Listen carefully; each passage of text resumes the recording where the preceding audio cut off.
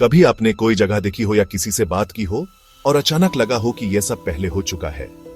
जैसे same exact scene, same exact feeling, सब कुछ पहले भी हो चुका हो, पर याद नहीं आता कब। इसी अनोखे और रहस्यमयी फीलिंग को कहते हैं डेजावू।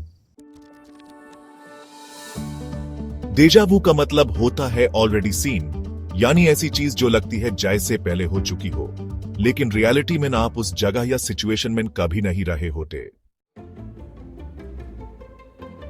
एक बार एक लड़का अपनी नई जॉब के पहले दिन ऑफिस पहुंचता है, रिसेप्शनिस्ट से मिलता है, लिफ्ट से सेकंड फ्लोर जाता है और कॉन्फ्रेंस रूम मेन एंटर करता है। और उस मोमेंट पर उसे लगता है यह सब पहले हो चुका है। उसकी आंखों के सामने एक फ्लैश आता है, same table, same log, same conversation. पर कैसे? ऐसा हर किसी के साथ होता है, पर इसका जवाब बहुत कम लोगों के पास होता है।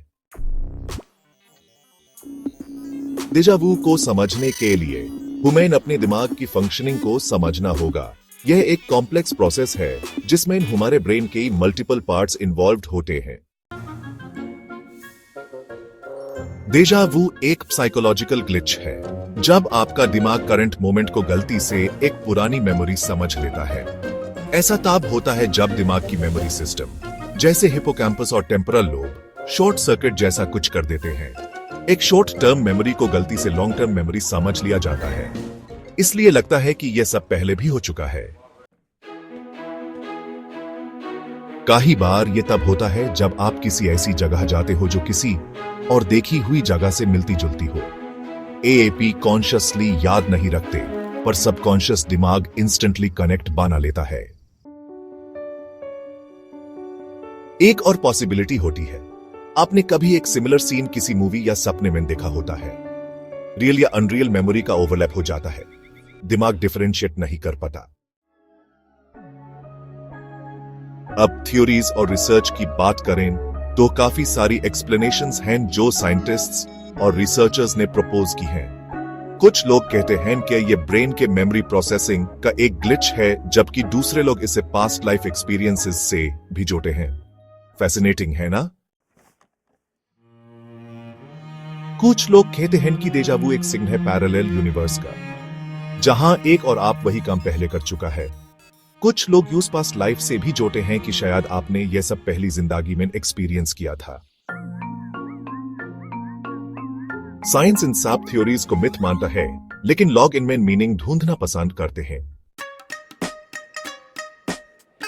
रिसर्च कहते हैं कि डेजावू ज्यादातर 15 से 35 के बीच के लोगों को होता है। जो लोग ज्यादा ट्रैवल करते हैं, ज्यादा स्ट्रेस में रहते हैं या क्रिएटिव माइंड रखते हैं, उनमें यह कॉमन है। So, as we wrap up this fascinating journey into the phenomenon of déjà vu, we hope you've gained a deeper understanding of this intriguing experience. Remember, while science continues to explore and explain, the mystery of déjà vu still captivates our imagination. Thank you for joining us, and until next time, stay curious. कई बार ये experience exciting होता है तो कई बार थोड़ा disturbing.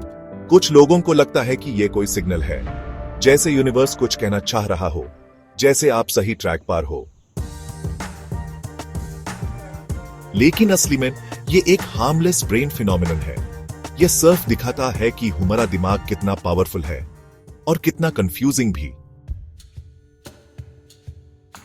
अगली बार जब आपको डेजावू हो तो डरना मत। यह सिर्फ एक याद है जो शायद कभी हुई ही नहीं, पर फिर भी दिमाग उसे रियल बना देता है। डेजावू एक छोटी सी फीलिंग है, पर इसके पीछे दिमाग का एक पूरा पजल छुपा होता है। हर इंसान इसे कभी ना कभी गुजरता है, पर हर किसी के लिए इसका मतलब अलग होता है।